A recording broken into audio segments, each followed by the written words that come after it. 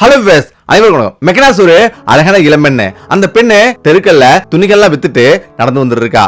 அவருடைய அப்பா ஊனமுற்றவர். அவருடைய அம்மா அவருடைய அப்பாவுக்கு பணிவிட செஞ்சுட்டு இருக்காங்க. அவருடைய வறுமையால தெருத்துருவா போய் துணி வித்துட்டு வந்துட்டு இருக்கா. இப்போ ஒரு நாள் வீடு திரும்பும் போது திடீர்னு ஒரு விலையுந்த ஆடம்பரமான ஒரு காரு அவர் பக்கத்துல வருது.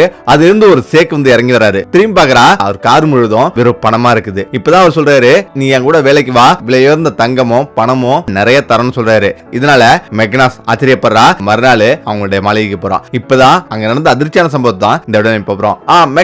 மெக்கனாஸ் அந்த கிராமத்துல ரொம்ப அழகான ஒரு பெண்ணு. அதே சமயம் நல்ல உயரம், பெரிய கண்கள், அழகான முடி அப்படின்னு பாக்குறதுக்கே அப்படி ஒரு அழகு அந்த பெண்ணு. மெக்கனாஸ் அப்பா ஒரு ஊனமுற்றவர். அவருக்கு கால் உடைஞ்சிருக்கு. 10 வருஷத்துக்கு முன்னாடி ஒரு பெரிய ஒரு விபத்து ஏற்பட்டது. அந்த விபத்துல அவர் கால் முற்றிலும் உடைஞ்சிச்சு. அரசு மருத்துவமனையில இதுக்கு மேல இது சரி பண்ண முடியாது, நீங்க வேணா தனியார்ல பாத்துங்கன்னு சொல்றாங்க. அதே நேரத்துல அவங்க தனியாருக்கு போறாங்க. தனியார்ல என்ன சொல்லிட்டாங்கன்னா 10 லட்சம் ரூபாய்க்கு மேல செலவு பண்ணாதான் சரி பண்ண முடியும்னு சொல்லிடுறாங்க. இப்ப வேற வழி இல்லாம அவருடைய அப்பாவை அதே காலோட கொண்டு வராங்க. அதுல இருந்து அவருடைய காலு செயல்படல. இப்ப காலைல எந்திரிக்கிறதுல இருந்து இரவு தூங்குற வரலையும் அவருடைய அம்மா தான் அவர் வந்து பாத்துக்கிறாங்க. அவருடைய அம்மா ரொம்ப அன்பாவும் அரவணைப்பாவும் ஒரு தாய் போலவே அவர் வந்து பாத்துக்கிறாங்க. அவங்களுக்கு வேற வழி இல்ல, தினமும் அழுதுதான் அவங்க வாழ்க்கையை ஓட்டுறாங்க. அதே சமயம் அவங்களுக்கு இருக்கிற ஒரே வெளிச்சம் மெக்கனாஸ் தான். மெக்கனாஸ் இந்த கிராமத்திலே ரொம்ப அழகான ஒரு பெண்ணு. அவளை போல அழகு அந்த ஊர்லயே இல்ல. அப்படி ஒரு அழகான ஒரு பெண். தனது தந்தைக்கு மருத்துவ செலவுக்காக அவ வந்து உழைச்சிட்டு இருக்கா. எந்த ஒரு வருமானமும் இல்ல.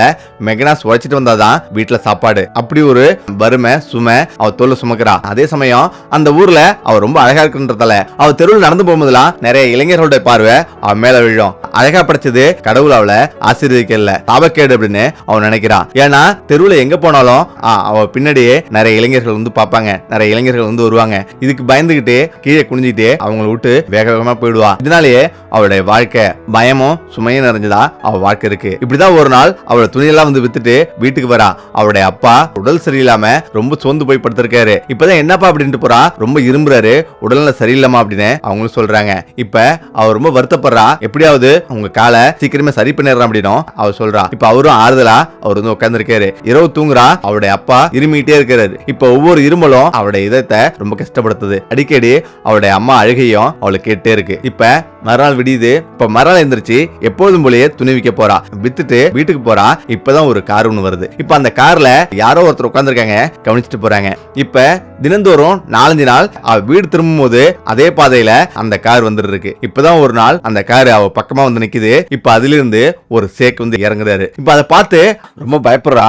ஏன்னா அவரு நம்ம இந்திய நாட்டுக்காரர் மாதிரி இல்ல, வேற உலகத்துல இருந்து புதுசா வந்த மாதிரி அவ பாக்குறா. அவரோட உடையில இருந்து எல்லாமே வித்தியாசமா இருக்கு.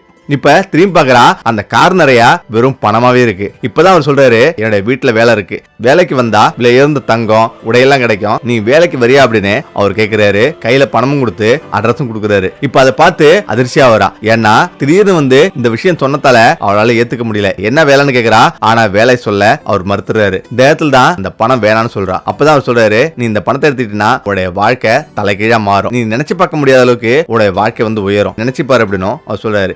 இப்பதான் அவளும் பாக்குறா. அந்த கார் நிறைய இருக்கிற பணத்தை பார்த்துட்டு, இந்த கார்ல இருக்கிற பணத்துல கொஞ்சம் இருந்தா போதும் அப்பாவுடைய காலுக்கு சிகிச்சை அளிக்க முடியும். கண்கள்ல அவருடைய அப்பாவுடைய முகமும் அம்மாவுடைய முகம் தான் வந்துரு போகுது. ஒரு கையில பணமும் இன்னொரு கையில அட்ரஸும் கையில வாங்கிக்கிறா. இந்த இடத்துல தான் அவ வாங்கிட்டு சிந்திச்சுட்டே வரா. அந்த வேலை என்ன வேலையா இருக்கும், ஒரு மர்மம் நிறைஞ்சதாவே இருக்கு அப்படின்னு அவ யோசிச்சுட்டே இருக்கா. ஒரு பக்கம் வறுமையும் அவங்க அப்பா அம்மா துன்பப்படுறதும் அவ கண்களுக்கு வந்துட்டு போகுது. இப்பதான் வீட்டுல போயிட்டு அவருடைய அம்மா வந்து உட்காந்துருக்காங்க. அவருடைய அம்மாவோட போயிட்டு இந்த பணத்தை வந்து காட்டுறா. இந்த பணத்தை பார்த்த பிறகு அவங்க அதிர்ச்சி ஆகுறாங்க.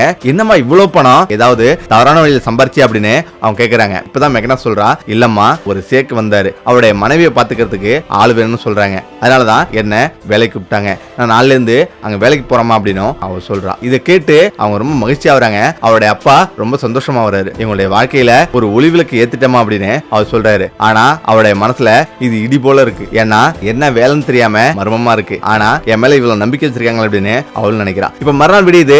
மறுநாள் விடிஞ்ச பிறகு அவங்க கொடுத்த அந்த அட்ரஸுக்கு பஸ்ல போறா. அவங்க கொடுத்த அந்த அட்ரஸ்ல இறங்குறா. இப்ப இறங்கி பார்த்தா அது மிகப்பெரிய ஒரு மாளிகை. அதாவது அது வீடுன்னு சொன்னா யாருமே ஏத்துக்க மாட்டாங்க. அது ஒரு அரண்மனை.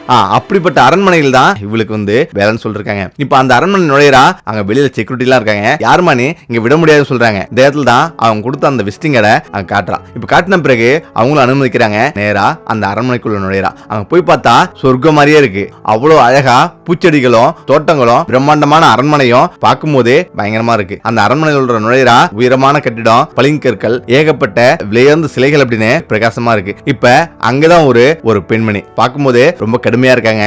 அவங்க அங்க வேலைக்கு வந்து ரொம்ப வருஷம் ஆகுது. அங்க உள்ள வேலையாட்கள்லாம் அவங்க தான் வேலையை விடுறது.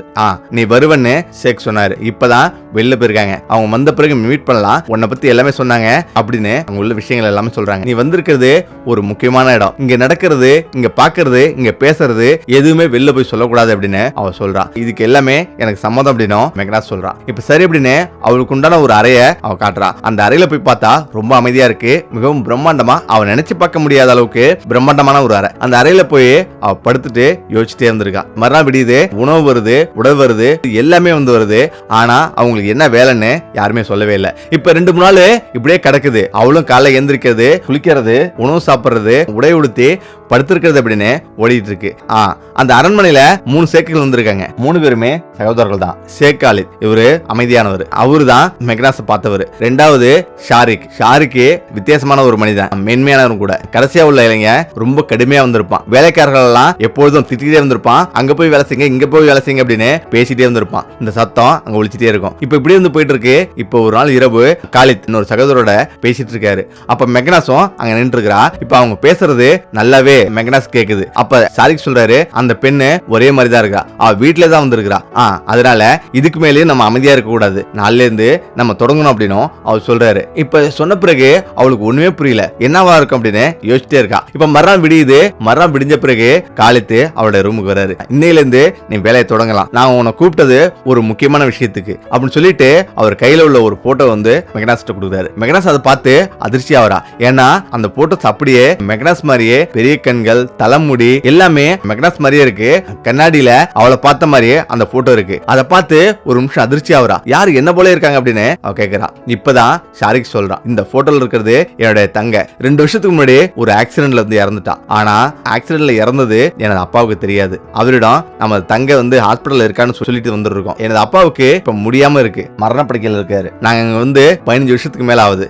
எனது தங்க நாங்க எல்லாம் குடும்பத்தோட இந்தியாவுக்கு வந்தோம். இந்தியா எங்களுக்கு ரொம்ப பிடிச்சிருச்சு. இப்பதான் இங்கிருந்து எங்க நிறுவனத்தை துபாயில நாங்க நடத்திட்டு வரோம். ஆனாலும் நாங்க 3 பேர்ல ஒரு ஆளு துபாய்க்கு போயிட்டு வந்துருப்போம். எனக்கு தங்க இறந்ததால என்ன பண்றதுன்னு நில குலைஞ்சு போயிருக்கிறோம். வயது முப்பு காரணமா அவர் முடியாம இருக்கு. என்னோட தங்கையோட பேரு லைலா. எனது அப்பா லைலாவோட நினைப்பிலே இருந்திருக்காங்க. லைலா எப்ப வருவான்னு கேட்டே இருந்திருக்காரு. எனது அப்பா அவருடைய மூச்சை பிடிச்சிட்டு இருக்காரு. லைலா இறந்ததை என் அப்பா விட சொல்ல முடியாது. ஏன்னா மருத்துவர் என்ன சொல்றாங்கன்னா, ஒரு சின்ன அதிர்ச்சி கூட இவருடைய உயிர் போயிடும் அப்படின்னு சொல்றாங்க. அதனால அந்த தைரியம் எங்களிடம் இல்ல. அதே நேரத்துல அவரு கடைசி காலங்கள்ல உன்னை பார்த்தா நிம்மதியா போய் சேருவாரு அப்படின்னும் அவங்க சொல்றாங்க. எங்களுக்கு நீ ஒரு உதவி செய்யணும், அதுதான் நீ எனது தங்கைய நடிக்கணும் அப்படின்னும் அவர் சொல்றாரு. இதை கேட்டு லைலாக்கு ஒரு நிமிஷம் அதிர்ச்சியாவது. இப்ப லைலா முடியவே முடியாது, இது ஒரு பாவம், இப்படி ஒரு ஏமாற்று வேலையை என்னால செய்ய முடியாது அப்படின்னு அவர் சொல்றா. இப்பதான் காலேஜ் சொல்றான், இது பாவம் கிடையாது, கடைசி காலத்துல உயிருக்கு போராடிட்டு இருக்க ஒருத்தருக்கு நம்ம செய்யற ஒரு நிவாரணம் தான் இது. இந்த நிவாரணத்துக்கு நீ உதவி பண்ணும். கடைசி காலத்துல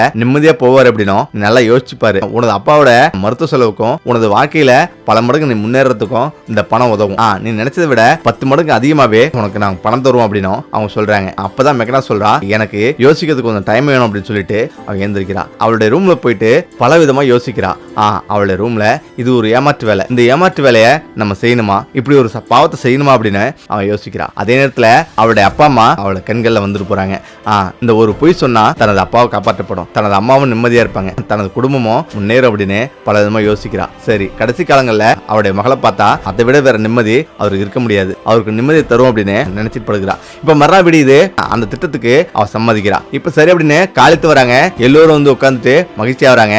இப்பதான் தனது தங்க லைலா பிறந்ததுல இருந்து வளர்ந்த வரலையும் பேச்சு, நட, உட, அவ எப்படி எப்படிலாம் வந்து செயல்படும் அப்படின்ற எல்லா விஷயத்தையுமே மெக்னாஸ் தான் சொல்றாங்க. இப்ப மெக்னாஸும் எல்லாத்தையும் உள்வாங்கிறா. இப்ப இது போல நீ நடந்துக்கணும், நாளைக்கு அப்பாவை பார்க்க போலாம் அப்படின்னும் அவன் சொல்றான். அதுக்கு பிறகு அவன் நேரம் அவளுடைய ரூமுக்கு வரான். கடுமையா இருந்த அந்த பெண்மணி அங்க வராங்க. இப்ப அந்த பெண்மணியோட பேரு டிசோ. இப்ப டிசோ வந்து லைலா இப்படிதான் உடை உடுத்துவா அப்படின்னு சொல்லிட்டு அவளுடைய உடைய எடுத்து மெக்னாஸிடம் தரா. லைலாவோட உடை அப்படியே அவளுக்கு பொருத்தமா இருக்கு. அவளும் ஆச்சரியப்படுறா. அவள மாதிரியே உடை உடுத்தி அவள மாதிரியே எப்படி பேசுறது முத கொண்டு எல்லாமே பழகி கொடுக்குறாங்க. அதே மொழியை பேசுறா. இப்ப காலேஜ் பார்த்துட்டு அச்சி அசலா எனக்கு தங்க மாதிரியே இருக்கிற, அப்பாவை பார்க்க போலாம் அப்படின்னு அவங்க சொல்றாங்க. இப்பதான் அவருடைய அப்பா ரூமுக்கு போறாங்க. அவருடைய அப்பா படுத்த படுக்கையா அப்படியே படுத்திருக்காரு. இப்பதான் அப்பா அப்படின்னு சொல்லி மெக்னாஸ் கூப்பிடுறா. இப்ப கண் வச்சு பாக்குறாரு. கண் வச்சு பார்த்தோன்னே அவளுக்கு ஆச்சரியம். அவருடைய கண்கள்ல மெக்னாஸ் தெரியுறா. இப்ப அதை பார்த்து லைலா நீ வந்துட்டியம்மா அப்படின்னு எழுந்திருக்கிறாரு. இந்த இடத்துல அவர் ரொம்ப சந்தோஷமா வர்றாரு. அப்பா அப்படின்னு மெக்னாஸும் ஓடி கையை பிடிச்சிக்கிறா. எங்களை உன்னை பார்க்காம இறந்துருவோமோ அப்படின்னு பயந்துட்டே இருந்தம்மா அப்படின்னு அவர் பேசுறாரு. இப்ப லைலா அப்பா ஏன்பா அப்படி சொல்றீங்க, உனக்காகவே நான் வாழ்ந்துட்டு இருக்கப்பா அப்படின்னு அவளும் சொல்றா. உண்மையிலேயே அவ அப்ப நடிக்கல, அவ நடிப்பு மறந்து உண்மையாவே பேச ஆரம்பிக்கிறான். இப்ப இதை பார்த்து அங்க எல்லோருக்குமே ஒரு நிமிஷம் ஆச்சரியப்படுறாங்க. 2 நாள் இப்படியே ஓடுது. அந்த சேக்கரோட அப்பா அவருடைய உடல்ல முன்னேறி ஏஞ்சி உட்காராரு. இப்ப நடக்க ஆரம்பிக்கிறாரு. இப்ப கொஞ்சம் கொஞ்சமா லைலாவிடம் அவரோட மனதில் உள்ள எல்லா விஷயங்களையும் பேச ஆரம்பிக்கிறாரு. லைலா நீ குழந்தைகளை வந்து இப்படி இருந்த, இப்படி வளர்ந்த, இதெல்லாம் செஞ்ச அப்படின்னு பல விஷயங்களை வந்து பகிர்ந்துக்கிறாரு. லைலாவும் ஆச்சரியத்தோட எல்லாத்தையுமே கேட்டு இருக்கிறாரு. இப்பதான் அவருடைய அப்பாவை மருத்துவர்கள் சோதனை செய்யறாங்க. என்ன ஆச்சரியம், அவருக்கு சுத்தமா சரியாயிடுச்சு அப்படின்னு மருத்துவர்களே ஆச்சரியப்படுறாங்க. அவங்க சொல்றாங்க உண்மையிலேயே இது ஒரு அதிசயம் தான், சுத்தமா இப்ப குணமாயிட்டாரு, அவர் உடல் தேறி வந்துட்டாரு, மருத்துவர்களே பெரிய அதிசயம் தான் அப்படின்னு சொல்லிட்டு ஆச்சரியப்படுறாங்க. இந்த இடத்துல தான் லைலா ஒரு நாள் வெளில வந்து நினைக்கிறா. அவருடைய 2வது மகன் ஷாரிக் அங்க வரான். மெக்னாஸை பார்த்து இப்பதான் ஷாரிக் சொல்றான், உன்னுடைய நடிப்பு சிறப்பா இருக்கு, உன்னுடைய மனதுல நீ லைலான்னு நினைக்காத, நீ மெக்னாஸ் மட்டும்தான் என் மனசுல இருக்கு அப்படின்னும் அவன் சொல்றான். இந்த மாளிகை, இந்த இடம் எல்லாமே ரொம்ப பிடிச்சிருக்குல்ல அப்படின்னும் அவன் கேட்கறான். நீ விரும்புனா நீ இங்கே தங்கிக்கலாம் அப்படின்னும் அவள் சொல்றா. இப்பதான் மெக்னாஸ் கோவப்படுறா. என்னை வந்து விலைக்கு வாங்க முடியாது, எனக்கு அப்பா அம்மா இருக்கிறாங்க, அவங்க தான் எனக்கு முக்கியம், என்னுடைய கிராமம் தான் முக்கியம்னு சொல்லிட்டு நான் ஒரு ஒப்பந்தத்துல தான் இங்க இருக்கிறேன், என்னுடைய ஒப்பந்தம் முடிஞ்சிச்சுன்னா நான் இங்கிருந்து கிளம்பிடுவோம்னு சொல்லிட்டு போயிடுறா. இப்ப அவனும் அமைதியா போயிடுறான். இப்போ ஒரு நாள் மெக்னாஸ் அவரோட தோட்டத்துல வந்து உட்காந்துருக்கா, வீட்டுக்கு முன்னாடி வந்து உட்காந்துருக்கா.